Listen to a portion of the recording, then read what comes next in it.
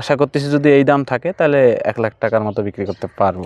Late বলতে এটা আবার ফির 2-1 দিন রাখলেও সমস্যা হয় না, ফাঁক হয়ে যায় না। আছে ভালোই, আপনার রোগবালাই সহনশীল। যেমন অন্যান্য জাতগুলো যেমন সাইড দিয়ে পচানি আছে, মাছ দিয়ে ডাবে যায়, এটা নাই আলহামদুলিল্লাহ। রোগবালাই ঠিক আছে এবং বৃষ্টি এবং রোদ সহনশীল।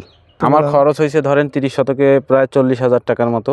আশা করতেছি যদি এই দাম থাকে তাহলে 1 লাখ টাকার মতো বিক্রি করতে পারবো। মার্কেট ভ্যালুর চেয়ে আর আপনার মনে করেন সাইজ, কালার এবং পরিবহনের সুবিধা বেশি। যেমন আপনি মনে করেন অন্যান্য কপিগুলো একটু ছড়ানো টাইপের, ওইগুলোর আপনার ডান্টাগুলো ভেঙে যায় এবং ডান্টাটা বেশি, আর এটার ডান্টাটা গোছানো। আর একটু লেট বলতে এটা আবার ফির 2-1 দিন রাখলেও সমস্যা হয় না, ফাঁক হয়ে যায় না। আপনার উপরে গাজির মতো যেটা ফুল বাইরে, এটা হয় না। অন্যান্য জাতগুলো যেমন একদিন না কাটলে পরের দিন একেবারে ছড়াই যায়, এটা ছড়ে না।